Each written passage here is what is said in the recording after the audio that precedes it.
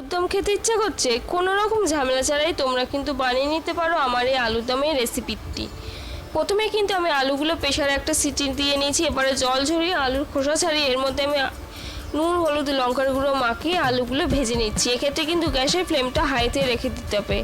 আর এই আলুর দমের মশলায় আমি কিন্তু কোনো রকম বাটা মশলা ব্যবহার করছি না, তাও কিন্তু খেতে এতটাই দুর্দান্ত হবে। তোমরা যখন বাড়িতে একবার রান্না করবে সেটা তোমরা বুঝতে পারবে, আর বাড়িতে এটা বারবার করার রিকোয়েস্ট আসবে।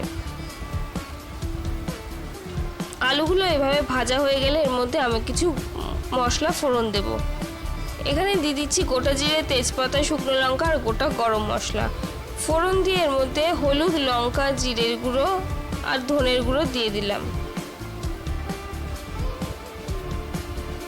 দিয়ে এর মধ্যে আমি সামান্য পরিমাণ জল দিয়ে দিচ্ছি যাতে কিনা মশলাটা পুড়ে না যায়।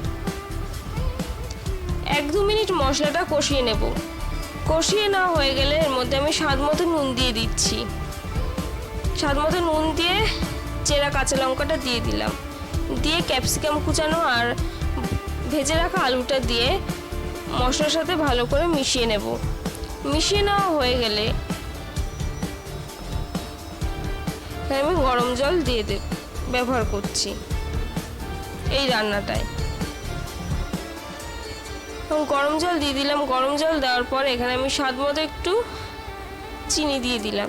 চিনি দিয়ে এটা ঢাকা রেখে গ্যাসের ফ্লেমটা মিডিয়ামে রেখেছিলাম। আলুর দম এখন আমাদের একদম তৈরি। এবারে গরম মশলার গুঁড়ো দিয়ে নামিয়ে দেব। আমার এই রেসিপি ভালো লেগে থাকলে অবশ্যই আমার চ্যানেলটা লাইক, শেয়ার অ্যান্ড সাবস্ক্রাইব করে দিবে। ধন্যবাদ।